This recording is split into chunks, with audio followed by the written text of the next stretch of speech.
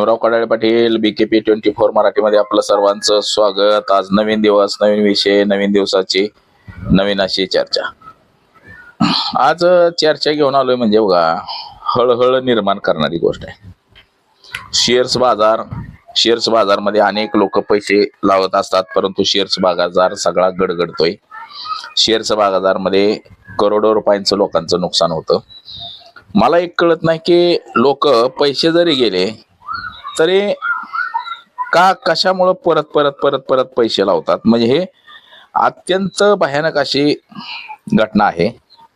आणि अशा एक दोन घटना नव्हे तर देशामध्ये असंख्य घटना घडत असतात. महाराष्ट्रामध्ये अनेक घटना घडलेल्या आहेत की शेअर्स बाजारामध्ये पैसे गेले आणि त्या धक्क्यानं माणसानं स्वतःला संपवलंय. म्हणजे स्वतःबरोबर कुटुंब सुद्धा संपवलंय.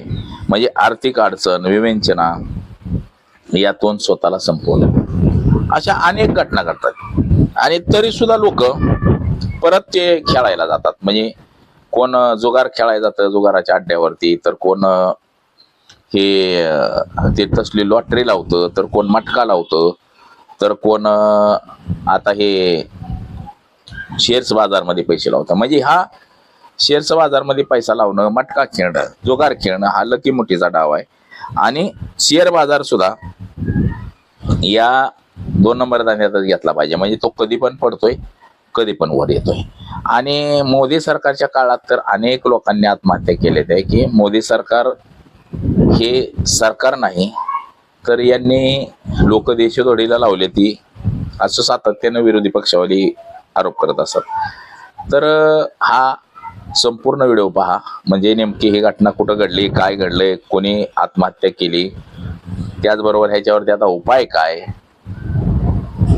तर हा संपूर्ण व्हिडिओ पाहिल्यानंतर आपल्या लक्षात येईल. तर चॅनलवरती आपण जर नवीन असाल तर सुरुवातीला आपण चॅनल सबस्क्राईब करावा, म्हणजे आपल्याला नवनवीन व्हिडिओ पाहता येते. आणि चला चर्चेला सुरुवात करूया.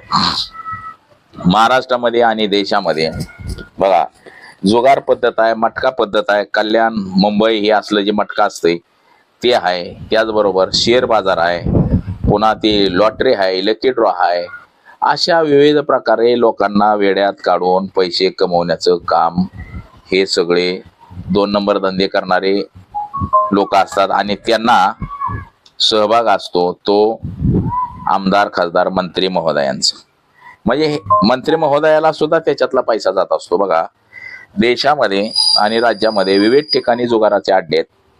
त्या जुगाराच्या अड्ड्यावरती बघा, समजा पत्ते खेळायला जर बसले तर सगळ्यांच्या खिशात जर 10-10 हजार रुपये असतील, 6-7 लोक जर खेळायला बसले तर प्रत्येक डावाला त्या जिथं खेळाय लोक बसलेले आहेत त्या जुगाराच्या अड्ड्यावरती त्या अड्ड्याच्या मालकाला थोडे थोडे थोडे थोडे पैसे जात असतात. आणि ते पैसे तेवढ्यात फिरवून पुन्हा ह्या लोकांच्या खिशातले जे 10-10 हजार असतात ना, हे सगळेचे सगळे त्या जुगाराच्या जो अड्डा चालवणारा माणूस असतो त्यालाच जातात. पण हे पैसे कसे थोड्या वेळ कोण जिंकलं की त्याच्या बाजूने जातात, थोड्या वेळ दुसऱ्याच्या बाजूने, थोड्या वेळ तिसऱ्याच्या, पण त्याच्यातले जे केटी काढली जाते किंवा ते जे त्याचं कमिशन काढलं जातं ते कमी कमी कमी होत जातं त्या पैशातलं. पण ह्या गोष्टी लोकांच्या लक्षात येत नाहीत. लोक असंच खेळत राहतात आणि डुबत डुबत डुबत त्याच्यामध्ये जातात आणि पुन्हा मग टोकाचा निर्णय घेतात. फाशी घे, कुठं निघून जा, कुठं उडी मार, कुठनं जीव दे. आणि आपल्या करणीची फळं ही आपल्या मुलाबाळांना आणि बायकोला पत्नीला भोगायची पाळी येते. म्हणजे स्वतः करायचं हे असले उद्योगधंदे आणि त्यांना सुद्धा घेऊन मारताना मारायचं. म्हणजे एवढ्या भयानक परिस्थिती ही सध्या देशामध्ये चाललेली आहे. आणि ह्याच्यावरती सरकारनं काहीही कारवाई करत नाही, कारण की सरकारच्या मंत्र्या-संत्र्यांना ह्याच्यामध्ये पैसे मिळतात. हे जे अड्डे चालवणारी लोक असतात हे पोलिसांना मोठ्या प्रमाणात हप्ता देतात आणि पोलिसांकरवी ह्या पुढाऱ्या सोडाऱ्यांना पैसे जात असतात. आता असंच हे एक प्रकरण आहे की सोलापूर जिल्ह्यातल्या बार्शी तालुक्यातलं आहे. बार्शी तालुक्यातलं हत्तीशी गाव म्हणून एक छोटंसं गाव आहे बार्शी तालुक्यातलं. आणि या गावामध्ये एक छोटंसं कुटुंब आहे, सुखी कुटुंब आहे. ते कुटुंब आहे एका शाळेच्या शिक्षकाचं, मुख्याध्यापकाचं. आता हे मुख्याध्यापक बार्शी तालुक्यातले म्हणजे नंदुरबार जिल्हा परिषदेला ते तिथं शाळेवरती एका आहेत आणि तिथं मुख्याध्यापक पदावरती आहेत. आता त्यांची बायको म्हणजे पत्नी आणि मुलं आहेत त्यांना. या व्यक्तीचं नाव आहे योगेश पाटील, बायको माधुरी पाटील आणि मोठा मुलगा अथर्व आणि छोटा शिवम. अशा चौघांची ही हत्या म्हणजे तिघांची हत्या आणि एकानं आत्महत्या केली. आता ही हत्याच म्हणता येईल. या योगेशनं या तिघांना विष पाजलं, बायकोला पाजलं, 2 मुलांना पाजलं विष आणि त्यांना विष पाजलं आणि स्वतः सुद्धा विष प्याला आणि गळफास घेऊन आत्महत्या केली. आता हे किती भयान प्रकरण आहे मित्रांनो. बरं आता ह्याच्यामध्ये झालंय काय, कर्जबाजारी झाला आणि कर्ज किती झालंय, 1.25 कोटी रुपये कर्ज झालंय.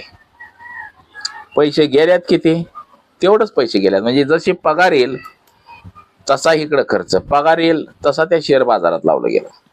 बघा शेअर बाजारात जवळपास त्यांनी 2-2.5 कोटी रुपये लावले शेअर बाजारात. म्हणजे आता सुरुवातीला थोडं थोडं लावलं असत्या लालच.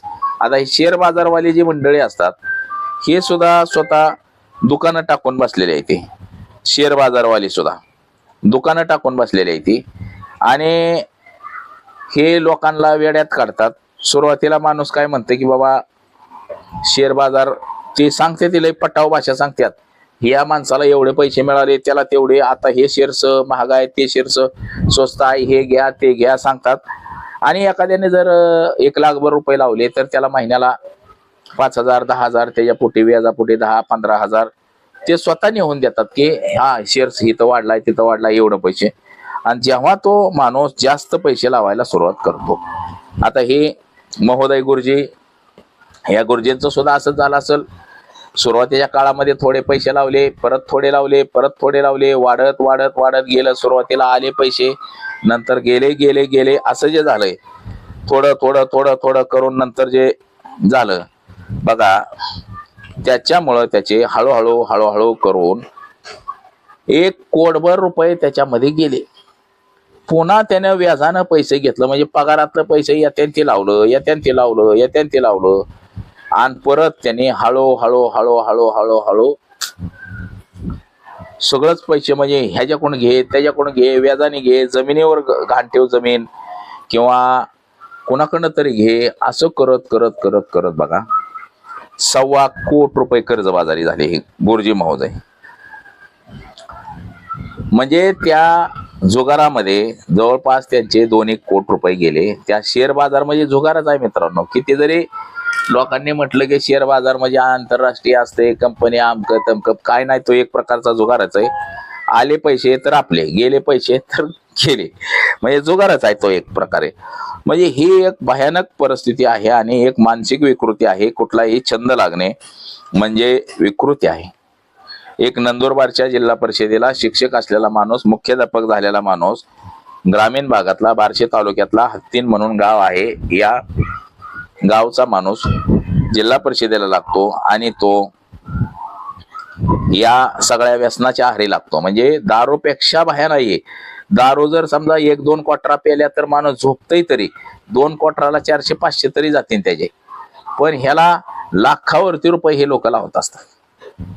म्हणजे 50,000 लावले गेले, 60,000 लावले गेले, 70,000 लावले गेले, 1 लाख लावले गेले.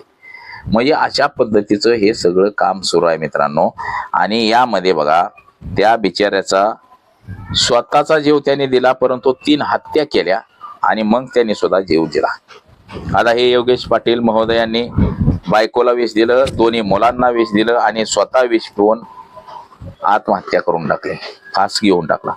आणि हे कधी कळलं पुन्हा. आता हा प्रकार वैराग पोलीस स्टेशन जे आहे, बार्शी तालुक्यातलं वैराग पोलीस स्टेशनच्या हद्दीत हा प्रकार घडला.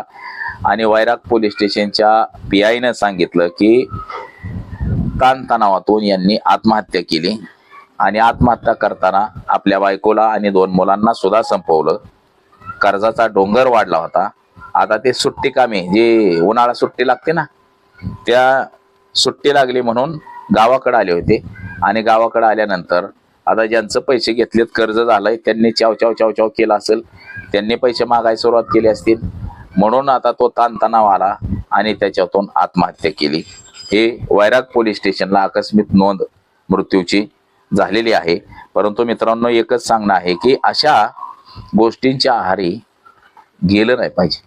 सुरुवातीला ही लालच आहे, सुरुवातीला आपल्याला 10 20 लागून येतील, पण परंतु हळूहळू तुमचे एवढे पैसे जातील की तुम्हाला सुद्धा कळणार नाही की आपले पैसे किती झाले. आणि पुन्हा आपल्यावर कर्जाचा डोंगर जेव्हा होईल तेव्हा तुम्हाला कळेल की अरे बापरे, आपल्यावरती एवढं कर्ज झालं.